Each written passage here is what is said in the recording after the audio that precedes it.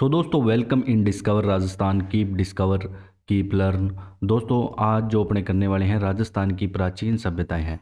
वैसे तो अपने दोस्तों ये जो सारी सभ्यताएं हैं ना, एक बार पढ़ चुके हैं।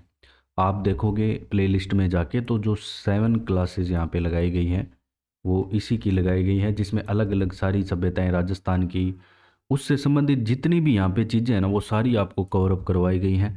आज अपने क्या है कि रिवीजन कर रहे हैं, बस इसका और कुछ नहीं है। और इसकी जो आपकी दोस्तों यहाँ पे पीडीएफ है ना, इसकी पीडीएफ आपको हमारे टेलीग्राम चैनल डिस्कवर राजस्थान पे मिल जाएगी। ठीक है, डिस्कवर राजस्थान आप टेलीग्राम पे सर्च करोगे तो वहाँ पे इसकी पीडीएफ अभी ये क्लास ख़त्म होते हैं यहाँ पे आपको मिल जाएगी। ठीक है। और दोस्तों, जो ये सभ्यताएं हैं, कोई भी एग्ज़ाम आप दे रहे हो, अभी देख सकते हो आप सीईटी का एग्ज़ाम भी आपका होने वाला है, अनाउंसमेंट हो चुकी है, बहुत कैंडिडेट बैठेंगे। इसके अलावा पशु परिचर हो गया, कहीं कोई भी आप राजस्थान की तैयारी कर रहे हो, भले ही वो आरपीएससी का एग्ज़ाम हो या अधीनस्थ बोर्ड का एग्ज़ाम हो, दोनों के लिए इम्पोर्टेंट है दोस्तों। हर टॉपिक को हम अच्छे से कवर अप करवाएंगे। और ज्योग्राफी की भी क्लास हम कल से स्टार्ट कर देंगे। ज्योग्राफी क्लास भी आपकी कल से यानी स्टार्ट हो जाएगी, जिसमें हर चीज़ को आपको बताया जाएगा। और जो आपका नया जीके है 50 जिलों के अनुसार, उसके अनुसार ही यहाँ पे आपको करवाया जाएगा। तो अभी अपने राजस्थान की प्राचीन सभ्यताएं पढ़ते हैं दोस्तों। तो शुरुआत करते हैं। सबसे पहले जब भी अपनी सभ्यताएं पढ़ेंगे, कोई भी चीज़ हो, जैसे उसके बारे में जानेंगे कि वहाँ का कल्चर कैसा था, उससे पता लग सकेगा कि उनका विकास कहाँ तक हुआ था। ठीक है, बहुत सारी चीज़ें होती है। सबसे पहले प्राचीन नाम जान लेते हैं दोस्तों। तो बीकानेर, बीकानेर का प्राचीन नाम जांगल प्रदेश होता था। ये क्या है, एग्जाम में आपके डायरेक्ट आते हैं। गंगानगर को योद्धेय क्या बोलते थे, योद्धेय ऐसे लिखा आएगा आपके। जो गंगानगर है उस प्रदेश को क्या बोलते थे, योद्धेय। अजमेर व नागौर का भाग के मध्य का भाग स्पाल दक्ष कहलाता था। अलवर का जो उत्तरी भाग है ना, अब अलवर अलग अलग पार्टों में बंटा हुआ था। उत्तर का भाग इसका कुरुक्षेत्र कहलाता था, जिसकी राजधानी इंद्रप्रस्थ थी। और जो अलवर का दक्षिणी पश्चिमी क्षेत्र है ये कहलाता था दोस्तों मत्स्य प्रदेश, जिसकी यहाँ पे राजधानी थी विराटनगर। अलवर का जो पूर्व का है वो सूरसेन प्रदेश हो गया, उसकी राजधानी यहाँ पे क्या होगी, मथुरा। तो ये तीनों थोड़ा सा आप ध्यान रखना, इंपॉर्टेंट है अलवर के बारे में। भरतपुर, धौलपुर, करौली के भाग भी इसमें सूरसेन प्रदेश में ही आपके आते हैं। मेन जो एग्जाम में पूछे जाते हैं दोस्तों, मैं आपको बता देता हूँ। एक तो ये योद्धेयवाड़ा, एक जांगल प्रदेश और स्पाल दक्ष, तीनों याद रखना, मोस्ट इंपॉर्टेंट है। इसके अलावा दोस्तों, जैसे उदयपुर है, उसको शिव या शिवी के नाम से जाना जाता था, जिसकी राजधानी थी मध्यमिका। ठीक है। और मध्यमिका जो वर्तमान में नगर चित्तौड़गढ़ में है, इसके नाम से जानी जाती है। डूंगरपुर बांसवाड़ा का क्षेत्र सभी को पता होगा, वागड़ प्रदेश है, यहाँ वागड़ी बोली बोली जाती है। जोधपुर को मारवाड़ बोलते हैं। सिरोही को अरबूज, जैसलमेर को मांड या वल। तो ये इंपॉर्टेंट है। जो जैसलमेर है इसे क्या बोलते हैं, मांड या वल। भीनमाल को श्रीमाल कहते थे। बांसवाड़ा को व्याघ्रवाट कहते थे। तो ये भी इंपॉर्टेंट है, बांसवाड़ा। प्रतापगढ़ को कांठल, जालोर को जबालीपुर। अब राजपूताना जो नाम है ना, उसकी बात करें अपने, तो पहले देखो राजस्थान नाम कब पड़ा, एकीकरण के बाद में। राजपूताना जो नाम है ना, सबसे पहले है ना 1800 ईस्वी में जॉर्ज थॉमस आते हैं, इनके द्वारा सर्वप्रथम दिया गया। तो ये मोस्ट इंपॉर्टेंट है, आपके एग्जाम में आ चुका है। इसके द्वारा सबसे पहले राजपूताना नाम दिया गया। रायथन या राजस्थान की बात करें तो जेम्स टोड है ये। ठीक है, ये टोड लिखा हुआ है, टाइपिंग मिस्टेक है। तो ये टोड है, colonel James Tod. Annals and antiquities of India इनके द्वारा लिखी गई बुक्स है। इस बुक का नाम भी दोस्तों बहुत बार है ना आपके एग्जाम में पूछ लिया जाता है। अब पुरातात्विक सर्वेक्षण पूछ ले, जो बहुत इंपॉर्टेंट चीज़ है, क्योंकि अपने यही पढ़ रहे हैं, यही टॉपिक ही अपना यही है। इसमें अपने पुरातात्विक जो भी चीज़ें हैं उनके बारे में जानेंगे। तो सबसे पहले अगर राजस्थान में पुरातात्विक सर्वेक्षण की बात आती है तो ACL कलाइकल का नाम आएगा, ध्यान रखना। ACL कलाइकल, इसका नाम आपको याद रखना है, अच्छे से दिमाग में बिठा लेना है। इसके द्वारा ही किया गया। इसने क्या है कि दौसा के निकट कठोर पाषाण मतलब पत्थर व मानव अस्थियों की प्राप्ति की सूचना दी थी। अब a survey of ancient site along the lost river Saraswati, मतलब जो सरस्वती रिवर के अस्तित्व के बारे में बताती है कि हाँ भाई, घग्गर से पहले यहाँ पे सरस्वती थी रियल में। और जो घग्गर नदी है सरस्वती नदी का अवशेष है। तो ये बुक है ना किसके द्वारा लिखेगी, ओरेल स्टेन के द्वारा। तो ये मोस्ट इंपॉर्टेंट है, ये भी आपके एग्जाम में आ चुका है। इन सारी चीज़ों को है ना दोस्तों आपको अच्छे से रिवीजन करना है। ठीक है, एग्ज़ाम के टाइम में भी बार बार आपको इनको पढ़ के जाना है, अपने शॉर्ट नोट्स खुद बनाने हैं जिससे आपको थोड़ा ज़्यादा याद रह सके। फिर पुरातात्विक स्थल है, उनको क्या है कि दोस्तों अलग अलग काल में बांट दिया गया। कैसे बांट दिया गया? जैसे भाई पत्थर की चीज़ें बन रही है जहाँ पे आग का आविष्कार हो रहा है, उस हिसाब से है ना सबको अलग अलग बांट दिया गया। और इनका समय काल जो अपने कार्बन डेटिंग पद्धति से निकालते हैं, कार्बन डेटिंग पद्धति से इनका समय काल निकाला जाता है दोस्तों। ठीक है, अब इस पद्धति से समय काल निकाला जाता है तो इसके अकॉर्डिंग है ना इनको अलग अलग डिवाइडेशन कर दिया गया। अब सबसे पहले पूरा पाषाण काल, ठीक है, जो कि पत्थर से भी पहले का काल, 24,000 ईसा पूर्व से 10,000 ईसा पूर्व इसका समय माना जाता है। अब आपके एग्जाम में क्या पूछा जाएगा कि पूर्व पाषाण काल से निम्न में से कौन सा संबंधित नहीं है स्थान? तो अब ऐसी बात नहीं है कि एक स्थान आपके दो तीन जगह पे भी हो सकता है, क्योंकि उसमें अलग अलग लेवल पे स्तरों पे सभ्यता बसती गई, उजड़ती गई, बसती गई, उजड़ती गई। और आगे भी ऐसे होने वाला है, जैसे आप आज अपने जी रहे हो तो इसका भी कभी ना कभी अंत होने वाला है। ठीक है, फिर आगे और नई सभ्यताएं बनेगी, तो वही चीज़ें हैं। डीडवाना सबसे प्राचीन स्थल, मोस्ट इंपॉर्टेंट आपको ये याद रखना है कि सबसे प्राचीन स्थल पूछ ले तो डीडवाना आएगा। जायल नागौर की बात करें, भानगढ़ अलवर में, इंद्रगढ़ बूंदी में, दर भरतपुर, ये सारे आपके किससे? पूरा पाषाण काल से संबंधित हैं।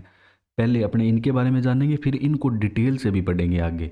ठीक है, एक ही क्लास में दोस्तों पूरे सारे आपके टॉपिक होने वाले हैं, और ये थोड़ी फास्टली होगी क्लास क्योंकि हम अच्छे से इसको कर चुके हैं। 10,000 से 5,000 ईसा पूर्व आपकी मध्य पाषाण काल हो गया, जिसमें बागौर, भीलवाड़ा, तिलवाड़ा अब आपके बालोतरा में चला गया। पहले किस में था ये? पहले ये दोस्तों पूर्व में आपके बाड़मेर जिले में पड़ता था। अब जैसे नए जिले बने हैं तो ये चला गया आपका बालोतरा, खुद जिला बन गया। ये पहले जयपुर में पड़ता था, विराटनगर, अब कोटपुतली बहरोड जिले में पड़ेगा। सोजत, धनेरी, ये सारे दोस्तों स्थल आपके किससे संबंधित है? मध्य पाषाण काल से संबंधित है। अब अपने नव पाषाण काल की बात करें तो आहड़, गिलूंड और कालीबंगा, ये आपके न्यू स्टोन एज किया जाते हैं। ठीक है, इसे क्या बोलेंगे? New stone age. ठीक है, नव पाषाण काल, पाषाण मतलब पत्थर। पाषाण काल की बात करें तो बागौर और तिलवाड़ा आ जाते हैं। अब ताम्र पाषाण, ठीक है, जो ताम्र और पाषाण, यहाँ पे तांबे के अवशेष कह सकते हैं मिले साथ में, पत्थर के कोई भी औजार वगैरह, ठीक है, स्क्रैपर वगैरह, जैसे पहले जो अपने पढ़े उनमें बहुत सारे औजार मिले थे पत्थर के। अब अपने को स्थल याद रखने हैं आपके एग्जाम की दृष्टि से अगर अपने बात करें तो। अब उदयपुर में दोस्तों जो आहड़, जाडोल, बालाथल है, ये ताम्र पाषाण से संबंधित है। इससे अपने को ये भी पता चल गया कि उदयपुर के अंदर आहड़ है, जाडोल और बालाथल सभ्यताएं हैं। जयपुर में नंदलालपुरा, किराड़ेत और चीथबाड़ी, ये सारी किस्में हैं जयपुर में। साबणिया और पुगल, मोस्ट इंपॉर्टेंट आपके बार बार एग्जाम में आने वाली, साग डायरेक्ट आपसे ये पूछेगा जो साबणिया और पुगल है वो किस युग से संबंधित है? नव पाषाण काल या ताम्र पाषाण काल? तो ताम्र पाषाण काल आपका यहाँ पे दोस्तों करेक्ट आंसर रहने वाला है, उसी को ही आपको टिक करके आना है। बूढ़ा पुष्कर भी इंपॉर्टेंट है, ये भी आपके एग्जाम में आ चुका है। कुराड़ा पर्वत सर जो डीडवाना में पड़ेगा आपके। चित्तौड़ का पिंड पडलिया, भरतपुर का मलाह, ब्यावर में ओजियाना। ओजियाना पहले आपने पढ़ते थे भीलवाड़ा में, अभी ये चली गई आपके ब्यावर जिले में। डूंगरपुर बेणेश्वर, नीम का थाना गणेश्वर, अब ये जो पहले सीकर में पड़ती थी ये आपकी चली गई किसमें? नीम का थाना जिले में चली गई। अब लोह युगीन की बात करें दोस्तों, यहाँ से नोह, सांबर, सुनारी, रेड नगर, मोस्ट इंपॉर्टेंट तो ये रेड है, इसको अपने डिटेल से आगे करने वाले हैं।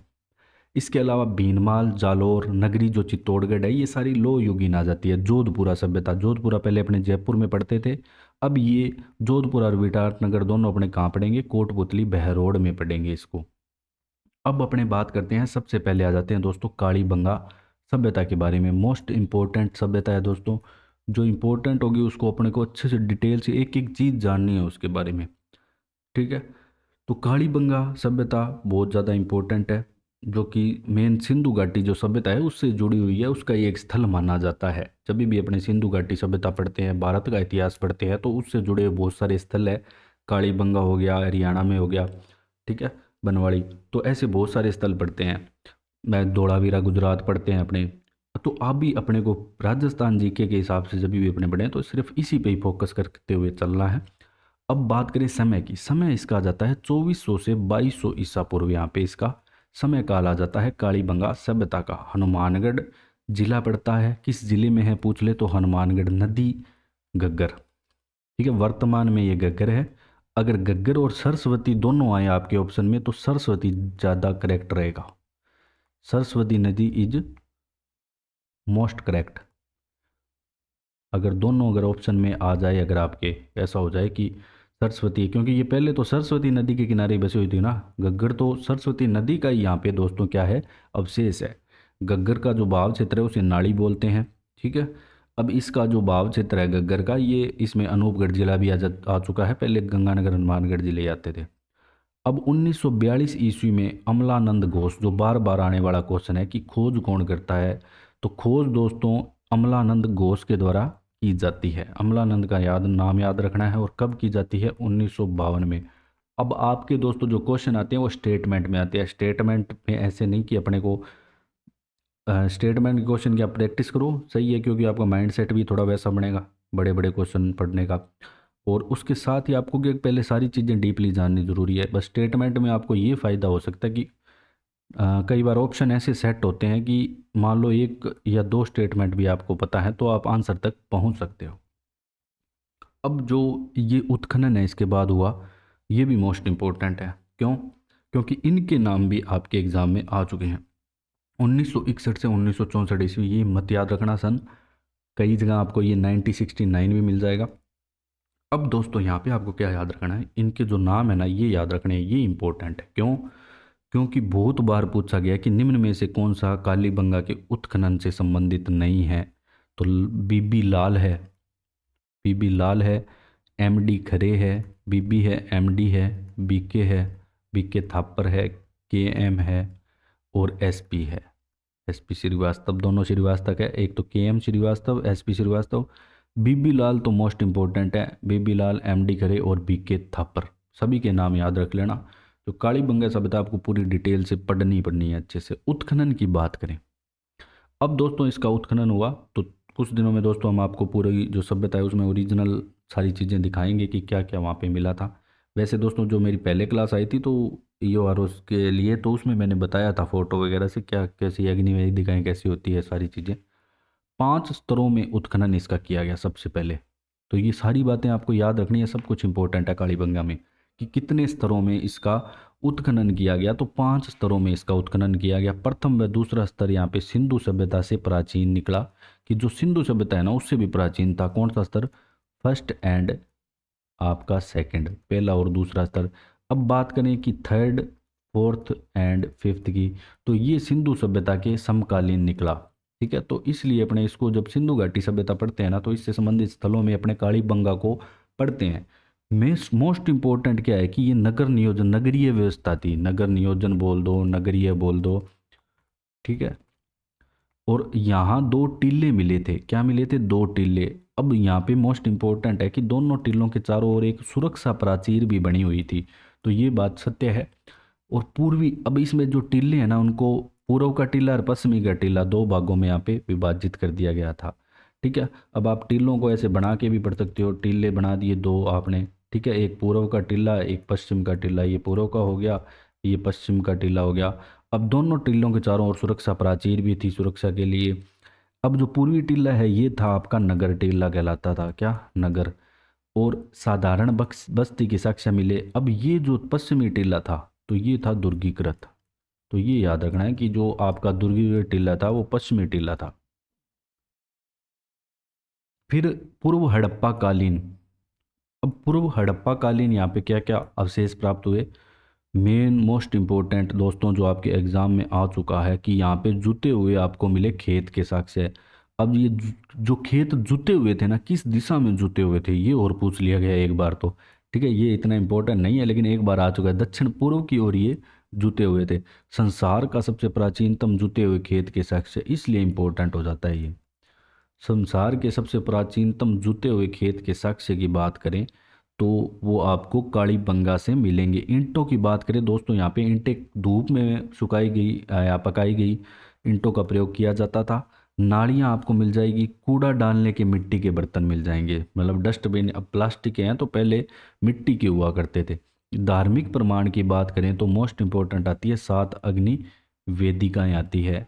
बर्तन व मोहरों पर जो लिपि है ये सैंधव लिपि से मिलती जुलती है जो अभी तक यहाँ पे पढ़ी नहीं गई है, अभी तक पढ़ी नहीं गई, मतलब किसे समझ ही नहीं आई। अब कालीबंगा में पानी के निकास के लिए लकड़ी व ईंटों की नालियों का यहाँ पे दोस्तों प्रयोग के साक्ष्य मिले हैं। ताम्र से बने कृषि के औजार, एक साथ ये दो फसलें उगाते थे। तो ये इंपॉर्टेंट पॉइंट है दोस्तों, ये पूछा गया है स्टेटमेंट में, आपके पूछा गया है जब भी एग्जाम होगा कोई भी, कि एक साथ ये दो फसलें उगाते थे, तो बिल्कुल करेक्ट है। फसल की बात करें तो गेहूं, जौ, चना, बाजरा, सरसों बोते थे, ध्यान रखना। लेकिन ये चावल अगर ऑप्शन में आ जाए तो निम्न में से कौन सी फसल नहीं बोते थे, तो चावल नहीं बोते थे, ये ध्यान रखना। समकोण पर काटती हुए सड़कें, ये भी इंपॉर्टेंट है। और अंडाकार कुएं भी यहाँ पे मिले हैं।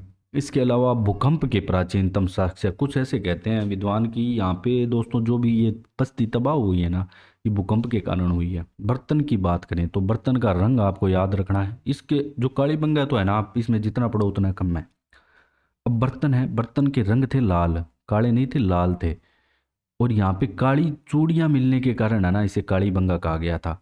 अब लाल रंग के बर्तन पर क्या थी, काली सफ़ेद रेखाएं खींची गई थी, तो ये बात इंपॉर्टेंट है।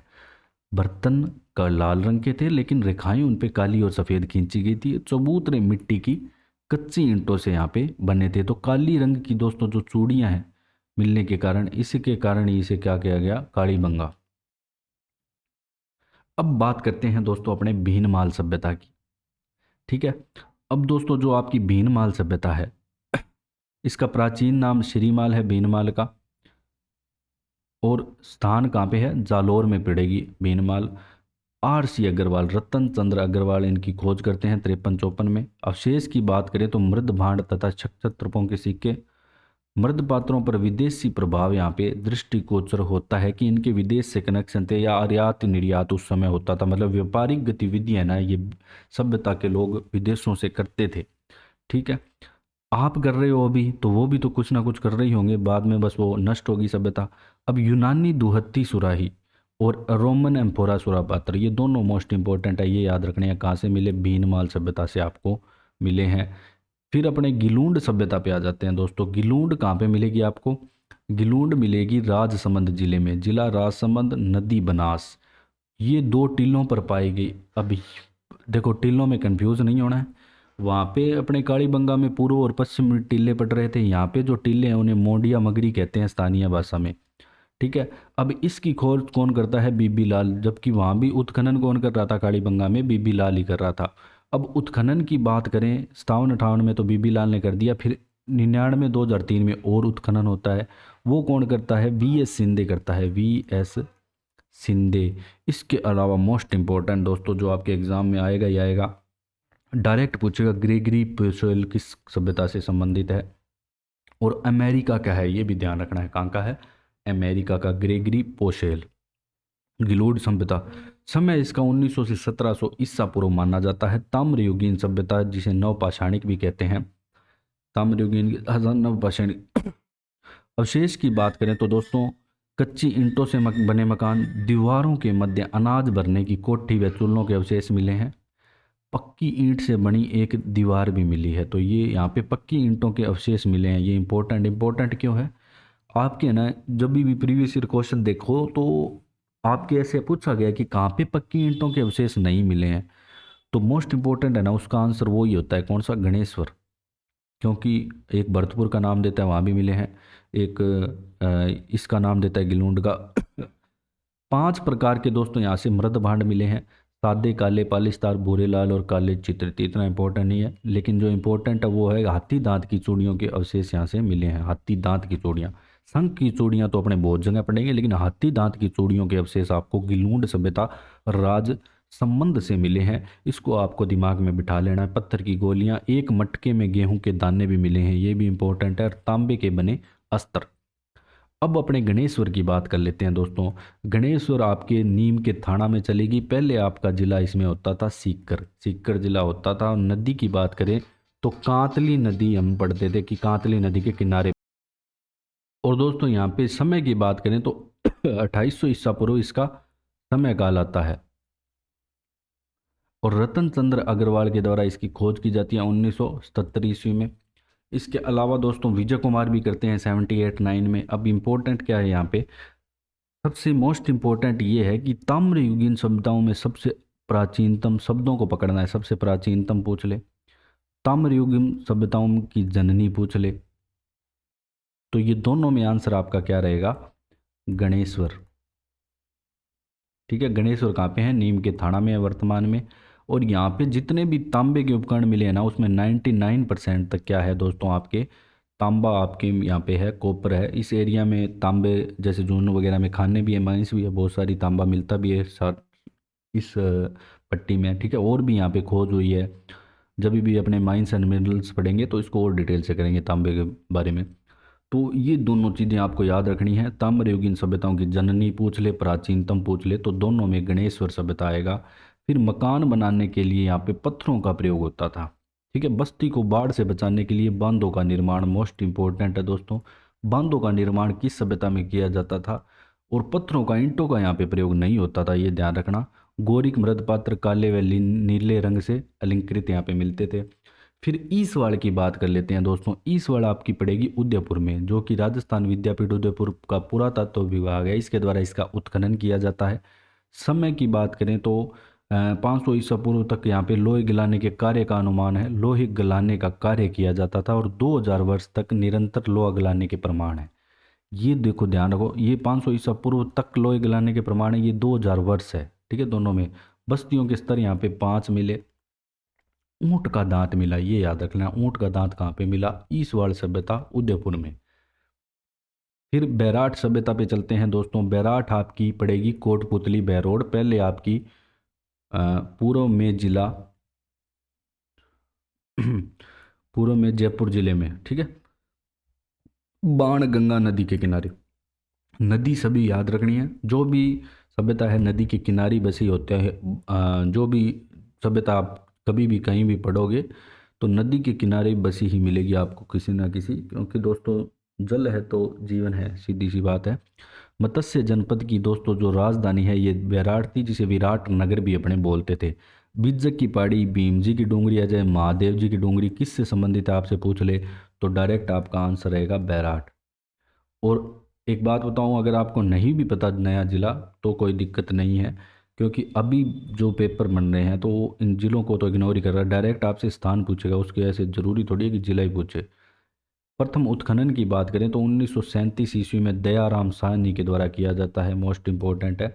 फिर नील रितन NR बनर्जी अगर आपसे पूछ लें, कैलाशनाथ दीक्षित पूछ ले किससे संबंधित है तो बैराठ सभ्यता से संबंधित है। अवशेष की बात करें तो दोस्तों यहाँ पे मौर्यकालीन सिंधु घाटी सभ्यता के समकालिक अवशेष मिले हैं।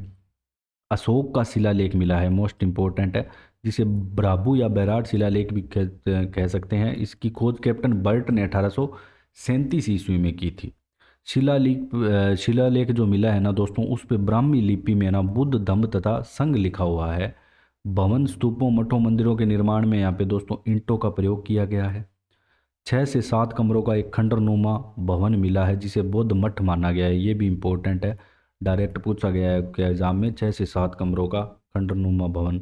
मुद्राएं की बात करें तो चांदी की 8 पंचमार्क मुद्राएं मिली है, मोस्ट इंपॉर्टेंट ये वाली है, क्योंकि यहाँ पे इंडो ग्रीक शासकों की 28 मुद्राएं, कितनी 28 मुद्राएं मिली है, जिसमें से 16 मुद्राएं ना मिनेंडर की है, तो ये इंपॉर्टेंट हो जाता है। इसमें तो कितनी 16 मिनेंडर की है। और खंडरम में हाथ से बुने कपड़े के, सूती कपड़े में बंदी मिली थी ये। ठीक है, आगे सभ्यता आएगी उसमें अपने पढ़ेंगे कि हाथ से बुना कपड़े का प्रमाण मिला है। यहाँ पे ये हाथ से बुने सूती कपड़े में बंदी मिली है, क्या? मुद्राएं। बुद्ध विहार, गोल चैत्याग्रह है, ये याद रखना। रहस्यमयी शंख लिपि, चित्रित शैलाश्रय, ये सारे। इसके अलावा गोल मंदिर मिला है, जो कि हीनयान संप्रदाय से संबंधित था और अशोक द्वारा निर्मित था। फिर बात करते हैं अपने दोस्तों बालाथल सभ्यता। ये आपके पड़ेगी दोस्तों उदयपुर में, तहसील वल्लभनगर उदयपुर में। ताम्रपाषाण युगीन सभ्यता के अवशेष यहाँ से मिले हैं। VN मिश्र का जब भी नाम है तो बालाथल से संबंधित है, 1993 में। यहाँ पे दोस्तों जो मर्द भांड है उस पे तांबे के औजारों के मकानों पर सिंधु घाटी सभ्यता का प्रभाव है। मतलब उत्खनन से जो प्राप्त मर्द भांड है पर तांबे के औजारों, मकानों, जितनी चीज़ें मिली है ना, उन सब पे क्या है? सिंधु घाटी सभ्यता का प्रभाव है। ये चीज़ अपने को याद रखनी है, ये लाइन, कि इन पे किसका प्रभाव है? सिंधु घाटी सभ्यता। अवशेष की बात करें तो आधे कच्चे मतलब पूरी तरह से पक्के नहीं, अपरिष्कृत मृद बांड मिले हैं। मिट्टी से बनी सांड की आकृति मोस्ट इंपॉर्टेंट है, याद रखनी है। मन के मिट्टी की मूर्तियाँ, पशु आकृतियाँ, ये तो मिली है। इसके अलावा तांबे के औजार जैसे चूलदार बाण, डायरेक्ट पूछ लेगा कहाँ से मिले हैं। तांबे के सिक्के जिन पर हाथी व चंद्रमा की आकृति बनी हुई है, कहाँ से मिली है। 5वीं सदी का हाथ से बुना कपड़े का टुकड़ा कहाँ से मिला है। ठीक है, तो ये सारी चीज़ें आपको याद रखनी है, सब इंपॉर्टेंट है। ये सारी चीज़ें क्या है, बालाथल से। तो सबसे पहले इसमें जो सांड की आकृति याद रखोगे आप एक तो, ठीक है, ये सांड की आकृति ये मोस्ट इंपॉर्टेंट है। और वीएन मिश्र के द्वारा इसका उत्खनन किया गया या खोज की गई, कुछ भी पूछ ले।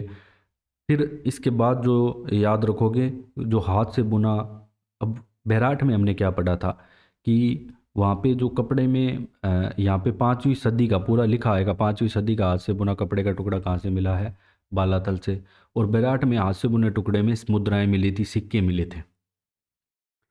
अब यहाँ पे जो ताम्र पाषाणिक सभ्यता थी ना, वो तो 1800 ईसा पूर्व माना गया है। पाषाणिक को 600, और नलकूप होने के संकेत ये देते हैं कि ये लोह युगीन भी थी। लोहा गलाने की 5 भट्टियां मिली है। इसके अलावा पत्थर की ओंखड़ी, कर्णफूल हार, दुर्गनुमा भवन, 11 कमरों वाला विशाल भवन। ठीक है, 6 से 7 कमरों वाला बैराठ में पड़ा था, 11 कमरे आ जाए तो बालाथल में चले जाओगे आप। तो इन सारी चीज़ों को है ना नोट कर लेना जहाँ भी आपको कन्फ्यूजन हो रहा है। 4000 वर्ष पुराना कंकाल, मोस्ट इंपॉर्टेंट, बार बार आने वाला, जो कि कुष्ठ रोग का सबसे प्राचीनतम प्रमाण है दोस्तों, पुरातन प्रमाण है भारत में। जीविका के साधन कृषि, पशुपालन, शिकार, यहाँ पे तीनों ही थे। फिर बात कर लेते हैं रंग महल। रंग महल भी आपके पड़ेगा हनुमानगढ़ जिले में, घग्गर नदी या सरस्वती नदी। हन्नारी डाती है स्वीडन की, मोस्ट इंपॉर्टेंट है। हन्नारी ने किस सभ्यता की खोज किया, उत्खनन किया, तो इनके द्वारा किया गया। गहरे लाल, गुलाबी व कहीं कहीं पीलापन लिए हुए यहाँ पे आपको मिल जाएंगे मृद पात्र। लाल रंग पर काले डिजाइन, ठीक है, काले डिजाइन मिलेंगे, रेखाएं खींची गई, वो हम काली बंगा में पढ़ रहे थे। घंटागार, मृत पात्र, टोंटीदार घड़े, छोटे बड़े प्याले, दीपदान, धूपदान पूछ ले, बर्तनों के ढक्कन पूछ ले, बच्चों के खिलौने, खेलने की छोटी पहियादार गाड़ी, कुषाण शासकों के सिक्के तथा मिट्टी की मूरें, सारी आपकी रंग महल से संबंधित है। रंग महल में दोस्तों आपको इतना याद रखना है कि जो उत्खनन है वो हन्नारीड के द्वारा किया गया। अब आहड़ की, आहड़ बड़ी है, इंपॉर्टेंट भी है। ठीक है, अभी भी बहुत सारे क्वेश्चन आपके एग्जाम में आए थे, और आहड़ का क्वेश्चन हर बार आता है, हर बार उस क्वेश्चन में लफड़ा भी होता है क्योंकि वो नाम एक जैसे दे देता है सभी जगह। अब दोस्तों उसमें से क्या करेक्ट होगा, जब भी आपसे पूछ ले कि इसमें से आठ सभ्यता को जाना जाता है, तो ताम्रवती नगरी ज़्यादा करेक्ट रहेगा, क्योंकि ये प्राचीन शिलालेखों में मिला था। आगाटपुर भी बोलते हैं, धूलकोट भी बोलते हैं, लाल काले मृद बांड वाली संस्कृति भी बोलती है, ये सारे इसके उपनाम हैं। उदयपुर में मिलेगी दोस्तों आपको आयड़ या बेड़च नदी, ठीक है, जो बाद में बेड़च हो जाती है नदी। 1900 से 1200 ईसा पूर्व इसका दोस्तों जो समय काल है आहड़ सभ्यता का आता है। अब जो मोस्ट इंपॉर्टेंट है उत्खनन है। पहले अक्षय कीर्ति व्यास करते हैं, ठीक है, अक्षय कीर्ति व्यास का नाम सबसे पहले याद रखना है। फिर आर.सी. अग्रवाल, जो मोस्ट इंपॉर्टेंट आपके एग्जाम में आता है एच.डी. सांकड़िया, ठीक है, हंसमुख धीरजलाल सांकड़िया, इनके द्वारा दोस्तों 61-62 में किया गया। प्रथम स्तर में ताम्रयुगीन, द्वितीय में लोह युगीन। अब बात करें तो यहाँ पे वही मकान बनाने के लिए धूप में सुखाई गई ईंटों का प्रयोग होता था। छतों पर बांस व केड़ू बिछाकर है ना मिट्टी का लेप करके छतें बनाई जाती थी। गंदा पानी निकालने के लिए नालियों का यहाँ भी प्रयोग था। एक से अधिक, जो मोस्ट इंपॉर्टेंट है यहाँ से दोस्तों, एक से अधिक चूल्हे मिले जो कि संयुक्त परिवार प्रणाली को दर्शाते हैं। और 2 मुंह का चूल्हा भी मिला है। सिलबट्टा, मर्द बांड यहाँ पे सर्वाधिक मिले हैं। लाल काले मर्द बांड वाली संस्कृति इसे बोलते हैं। ताम्रवती नगरी क्यों बोलते हैं, क्योंकि यहाँ पे तांबे के औजार उपकरण मिले हैं बहुत ज़्यादा। तांबे की 6 मुद्राएं, 3 कुल्हाड़ियाँ, मोस्ट इंपॉर्टेंट याद रखना, कई जगह आपको 2 भी मिल जाएगी। तो 3 या 2 कुल्हाड़ियाँ जहाँ भी आए तो समझ लेना कि यहाँ पे अपने सो आड़ की बात कर रहा है। और तांबे की कलाकृतियाँ मिली है।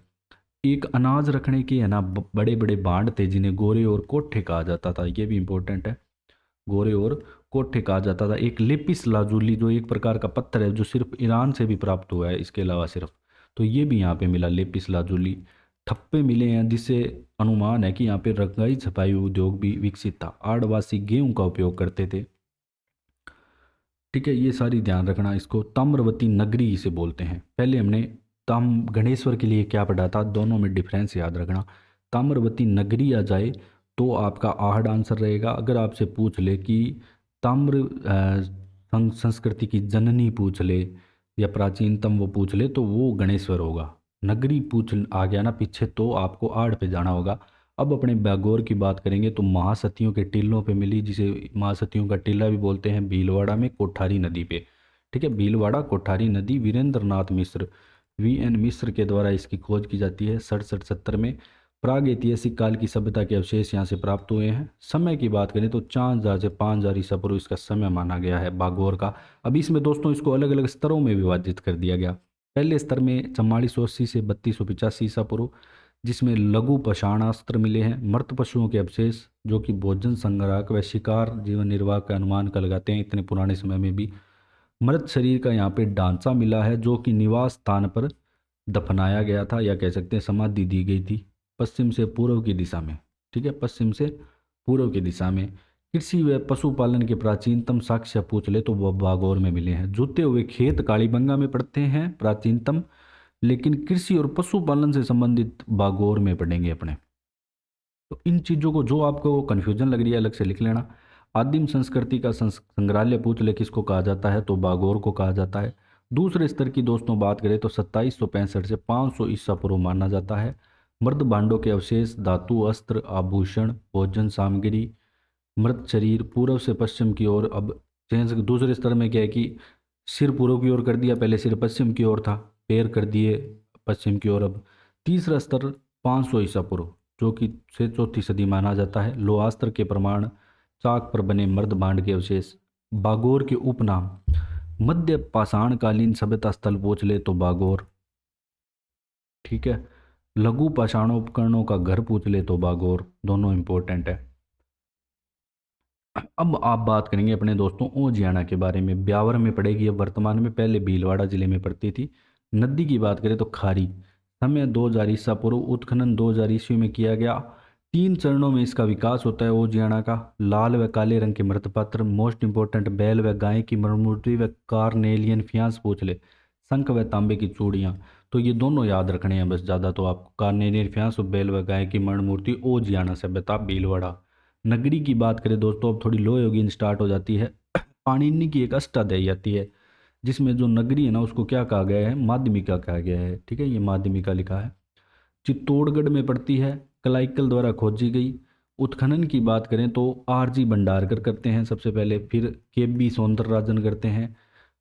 4 चक्राकार कूप पूछ ले तो मोस्ट इंपॉर्टेंट है नगरी से। गुप्त युगीन अवशेष, बौद्ध व वैष्णव मूर्तियां भी यहाँ से मिली, बस इतना ही है नगरी सभ्यता के अंदर।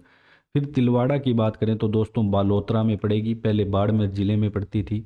लूणी नदी के किनारे 66-67 में एक टीले पर मिली ये भी। 5 आवास स्थलों के अवशेष मिले हैं, चाक पर बने लाल व स्लेटी मृदभांड, सिलबट्टा। मोस्ट इंपॉर्टेंट है जली हुई हड्डियां कहाँ से मिली है, तिलवाड़ा बालोतरा से। एक अग्निकुंड, मानव अस्थि, अग्निकुंड में मानव अस्थि, भस्म और मृत पशुओं के प्रमाण मिले हैं। फिर बरौर की बात करें तो बरौर आपके दोस्तों आ जाएगी बड़गाम श्री गंगानगर जिले में। पहले गंगानगर के पास वाले 2 हनुमानगढ़ में पड़ी थी 2 सभ्यता, हमने एक रंगमहल पड़ी थी, एक कालीबंगा पड़ी थी। अब अपने बरौर सभ्यता पढ़ेंगे गंगानगर में। नदी सरस्वती, समय प्राक एवं विकसित सैंधवकालीन। मर्द बांडों के अंदर काली मिट्टी। अब यहाँ पे क्या है कि मर्द बांडों के अंदर मिली है काली मिट्टी, ऐसा नहीं कि काली मिट्टी से बने हुए। मई 2006 में सेल खड़ी से बने यहाँ पे दोस्तों 8000 मणके भी मिले मई 2006 में जब इसका उत्खनन किया गया। शंख की चूड़ियाँ, अंगूठी, बोरला, लाजवर्द मनके। अब ये मनके है ना सिर्फ अफगानिस्तान में मिलते हैं, या जो यहाँ पे मिले थे, और बटन के आकार की मोहरें। ये आपकी बरौड़ सभ्यता होगी। फिर सुनारी की बात कर लेते हैं। सुनारी अब आपकी चली गई है झुंझुनू से नीम के थाने में, नीम का थाना जिला जो नया बना है उसमें चली गई है। नदी कांतली नदी, गणेश्वर भी हम कांतली नदी के किनारे पड़ रहे थे। लोहा बनाने की, पहले गलाने की अब बनाने की भट्टियाँ अवशेष। देश की प्राचीनतम लोहे की भट्टियाँ पूछ ले तो वो सुनारी से ही मिली है।